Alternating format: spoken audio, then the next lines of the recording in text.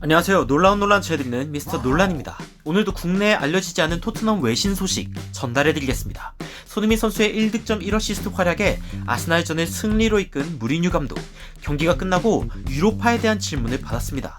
단지 현재 8위를 기록 중이라 들어온 질문인 줄 알았는데 그게 아니었습니다. 구체적인 내용들로 들어가 보시죠. FFP는 재정적 페어플레이 룰입니다. 이 유럽 축구 구단의 재정 건전성을 높이기 위해 고안된 이 룰은 벌어들인 수익 대비 과도한 지출을 불가능하게 만듭니다.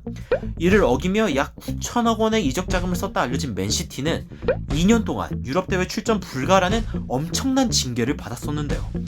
이에 대해 항소를 했다는 소식이 전해지자 많은 이들은 설마라고 생각하셨을 겁니다. 현지에서도 징계가 아예 철회되기는 어려울 것이라는 전망이 초기에는 훨씬 강했으니까요.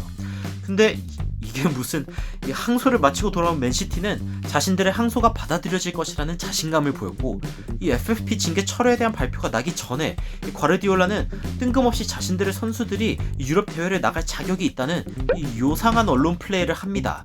이때부터 약간 불안한 마음이 들었는데 결국 맨시티의 유럽 대회 출전 불가 FFP 징계가 철회되었습니다.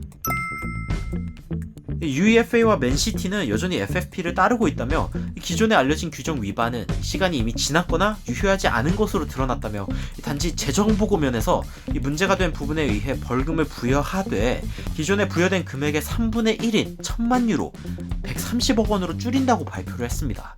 영국 언론 스카이 스포츠에서는 이 상황에 게리 네빌을 등판시켰습니다.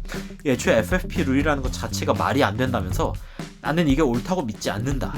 항상 구단에 투자하는 부자 구단주들이 있었고 오늘날 그게 갑작스레 바뀌지 않을 것이다. FFP는 다른 형태로 바뀌어야 한다고 쓴소리를 전달하기도 했습니다. 애초에 FFP를 엄격하게 적용했을 경우 기존의 강팀에 도전할 수 있는 새로운 강팀이 나타날 수도 없을 뿐더러 부자 구단주가 나타나 축구 생태계를 교란시키는 건 어찌 보면 당연한 거란 주장인데 여러분들의 생각은 어떠신가요? 유럽대회 진출 자격에 대한 경우의 수 계산이 복잡해졌습니다. 하지만 요점은 단 하나입니다.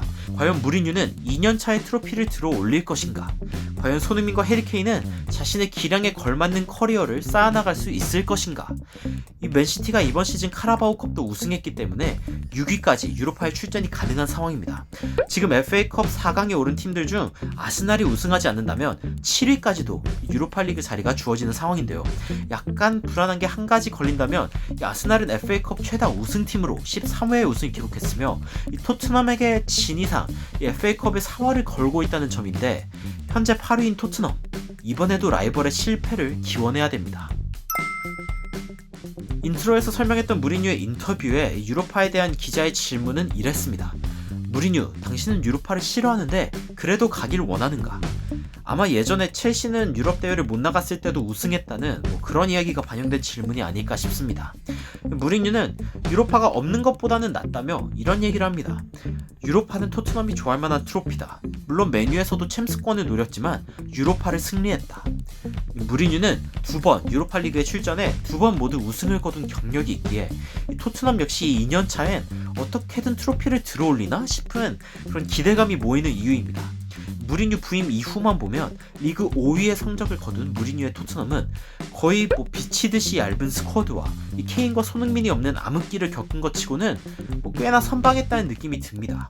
이제 남은 경기에 최소 7위, 안전하게는 6위까지 노려야 하는 토트넘은 울버햄튼과 셰필드를 과연 끌어내릴 수 있을지, 그리고 유로파에 진출한다면 이제는 우승을 기대해볼 만한 손흥민과 케인이 우승컵을 들어올릴 수 있을지 기대해보며 마치도록 하겠습니다.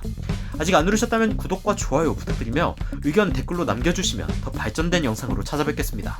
지금까지 놀라운 논란 전해드리는 미스터 논란이었습니다. 감사합니다.